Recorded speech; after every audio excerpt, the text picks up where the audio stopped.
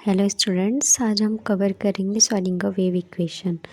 तो जैसे पहले हम इसको जानते हैं ये क्या होता है और ये कहाँ से आया हुआ है। तो जैसे श्रोडिंगर हमारे एक साइंटिस्ट हैं, उन्होंने बताया था जैसे कोई भी एटम है उसके चारों तरफ ऑर्बिटल्स के इलेक्ट्रॉन्स मूव करते हैं, बट मूव कहाँ करते हैं? पार्टिकल्स में, वेव में नहीं करते। क्योंकि डी ब्रॉगली मैटर वेव्स में क्या था कि उसमें वेव और पार्टिकल्स दोनों नेचर प्रेजेंट थे। अब बट इसमें बताया जा रहा है वेव कैसे करेगा, वेव की तरह वेव में इलेक्ट्रॉन्स मूव करेंगे। और उसको बताने के लिए हम स्टेशनरी वेव को पढ़ेंगे।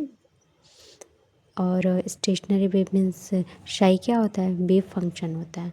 अब उसका फार्मूला वगैरह हम राइट कर लेते हैं। जैसे एच कैप क्या होता है? हैमिल्टनियन ऑपरेटर होता है जो एनर्जी ऑपरेटर होता है। फिर हम स्टेशनरी वेव का फार्मूला क्या होता है? Psi is equal to a sine 2πx upon lambda. इसको इक्वेशन 1 मान लेंगे। फिर हम डिफरेंस बिटवीन करेंगे, differentiate with respect to x के रिस्पेक्ट में हम डिफरेंस बिटवीन कर लेते हैं और फिर हम सब इक्वेशन करते हैं। फिर हमारा जो वैल्यू आ गया उसके बाद फिर से हम डिफरेंशिएट करेंगे एक्स के साथ। तो फिर हमारी वैल्यू जो आएगी हम उसको इक्वेशन सेकंड पुट कर लेंगे।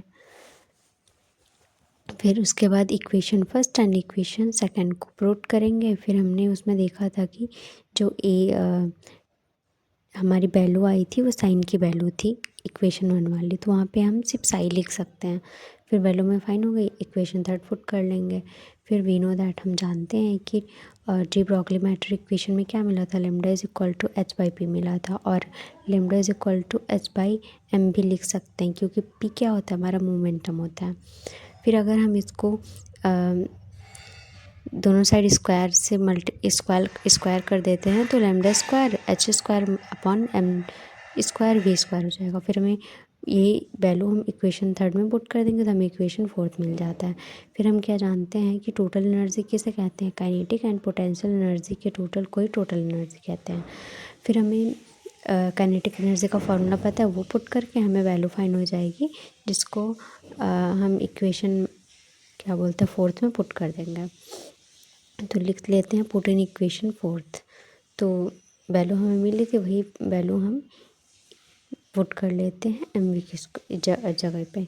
तो हम इसको कह सकते हैं कि श्रोडिंगर वेव इक्वेशन होता है, लेकिन सिर्फ एक डायरेक्शन मीन्स एक्स डायरेक्शन के लिए। अगर एक्स वाई डायरेक्शन के लिए चाहिए तो हमें दूसरी वैल्यू मिल जाएगी, मतलब एक्स एंड वाई।